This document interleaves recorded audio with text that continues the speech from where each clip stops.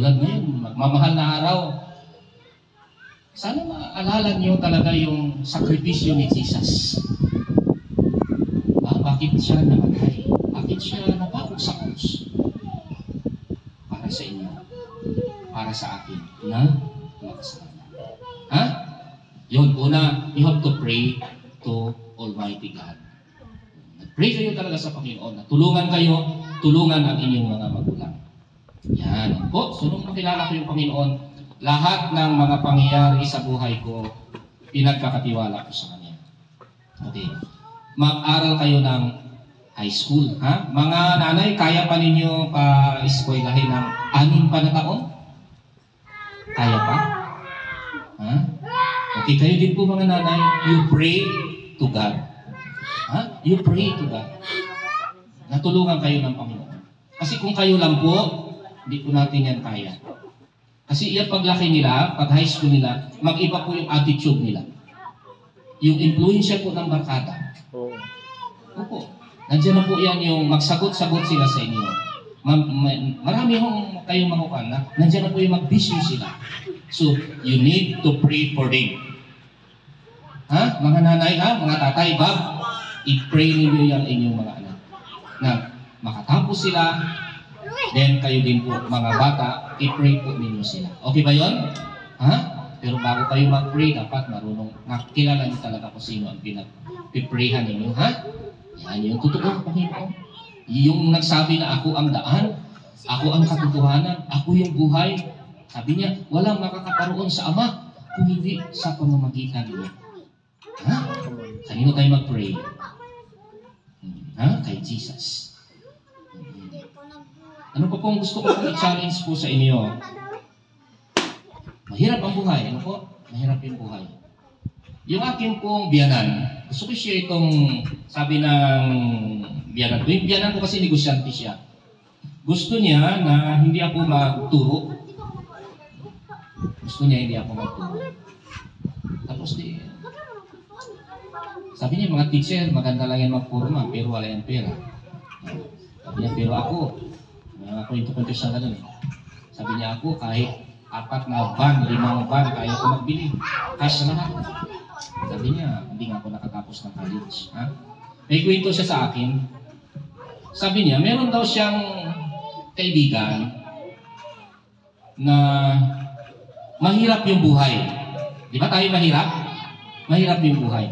Nararamdaman niya na hindi siya kayang paaralin ng magulang sa college. Alam niyo yung ginawa noong bata? Sabi niya, noong mag-high school na yung bata, naramdaman niya talaga na hindi siya makakapag-aral. Kasi nga siya po ay katutubo. Ha? Palawan. Sa South po. Palawan. Palawano. Ang ginawa po ng batang ito, every afternoon, may lupa sila eh. Katutubo, may lupa. Every afternoon, sabi niya, tuwing hapon, itong kaibigan ko na ito, ang ginagawa niya, sa halip na maglaro ng basketball, siya po ay pumupunta sa kanilang lupa. Para ano? Para magtanim ng niyog. Para magtanim ng niyog. Ha? If in case, hindi kaya na magulang, this is another challenge challenge po sa inyo. Every day daw, nagtatanim siya ng 5 puno. Every day, nagtatanim siya ng maliban na lang kung may mga activities sa school, hindi siya nakakapagtanim. Nung mag-graduate sila ng high school, sinabihan na raw siya ng tatay at nanay niya, o anak, hanggang high school ka lang. Alam nyo, tuloy-tuloy siya, nakagraduate siya ng high school, tuloy-tuloy, tabas, tanim, linis ng pad. Pag-graduate ng mga kabatch niya sa college, nagsisimula ng mamunga ang kanyang mga niyog. 5 years, namumunga na yung niyog, ano? Pag maganda yung lupa. Nagsisimula ng mamunga ang kanyang niyog. Okay, nakagraduate ang kanyang mga batch sa college, may mga trabaho. Siya nagsisimula na magpapupra. Iktarya yung niyog niya raw. Sabi niya, alam mo, yung tao na yan, isa siyang katutubo. Hanggang high school lang siya. Sabi niya, pero ngayon, meron siyang 5 truck, Delivery, parang Ruas Commercial na nagdi-deliver ng mga produkto sa Nara, Brooks Point, Rizal at Quezon. Taga Quezon po siya. Sabi niya, meron siyang mga tauhan. Marami siyang tauhan, marami siyang driver. So, success pa rin yun, no? Pero ang importante talaga, makakilala gyud ka sa Ginoo. Kasi halimbawa, mayaman man tayo, marami man tayong truck, di ba? Hindi naman tayo magtagal dito sa mundo. Di ba po? Hindi naman tayo magtagal sa mundo. Ako, 56 years na. Ikaw, how old are you? Ha? Kailan? Ha? O, malaman ko kanino. Ako, 56 January. O, ang tanong ko sa Panginoon, Lord, tatagal pa ba ako ng another 56 sa mundo? The answer is no. Di ba? 56 plus 56. Awit pa kaya ako 112? Hindi po. Araw-araw nag-maintenance na ako. Kasi pag hindi ako mag-maintenance, magtaas ang aking blood pressure.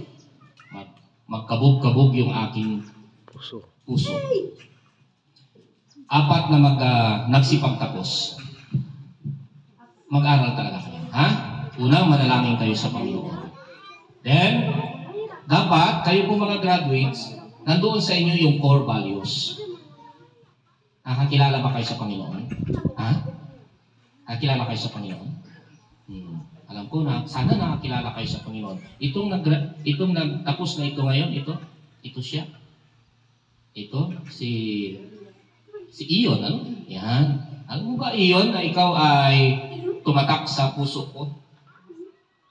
Saan ka nagsimulang magtatak? Nung ikaw ay magsalita tungkol doon sa tao na, sino na yon? Nilunok ng dambuhalang isda. Si Jonas. Yun. Doon sa ating talik sa baton. Alam mo ba, tagal ka makatulog? Ang unang tanong ko, sino ang nagturo sa kanya?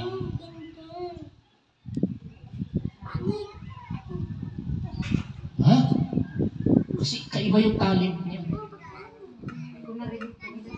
Sino nagturo sa kanya? Paano niya yun na-deliver ng, kung ako magtingin, perfect?